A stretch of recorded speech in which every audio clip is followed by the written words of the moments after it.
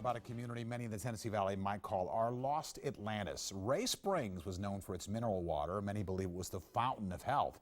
Our News 12 Morning team joins us now with more on the spring and the community that's now deep below the Piney River. It's almost hard to imagine a community with a post office, a church, and a cemetery. Now all that's left of the town is the old cemetery and this rusty water tank. So people came from everywhere to be healed. You might call it a legend, but hundreds flocked to Rhea Springs to drink the mineral water and to bathe. Curing all kinds of diseases from the liver, stomach, and even your kidneys. Many believed it was the fountain of health. Reports show in 1878 there was a widespread epidemic of yellow fever in Chattanooga. Many escaped to Rhea Springs to dodge the disease. As the spring became popular, so did the Sulphur or Rhea Springs community. A church, school, and post office all sprang up. As Rhea County historian Pat Guffey tells us, so did dozens of homes in this small little town.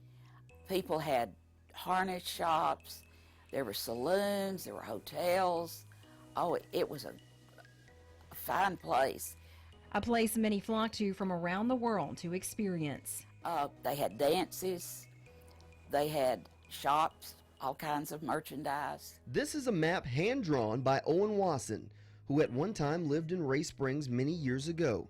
He drew this map in 1878. Today, there are few people still living who remember growing up in this remote section of Rhea County. He remembers when they cut all the trees down and backed the water up. He was 5 and he remembers that, and remembers having to move. Dot Harrison says her husband was born in Rhea Springs and spent the first 5 years of his life in the community.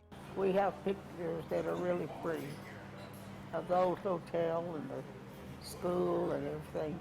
Pictures from the past, now just a memory with only a shell remaining. It's like with this old school, you can see some of the concrete and some of the area where the building was.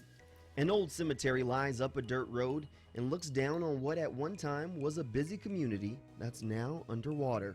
The headstones are a reminder of the men, women, and children that once called Rhea Springs home. The writing on the tombstones is faded now, some even destroyed by fallen trees. A moment in time now past, but never forgotten.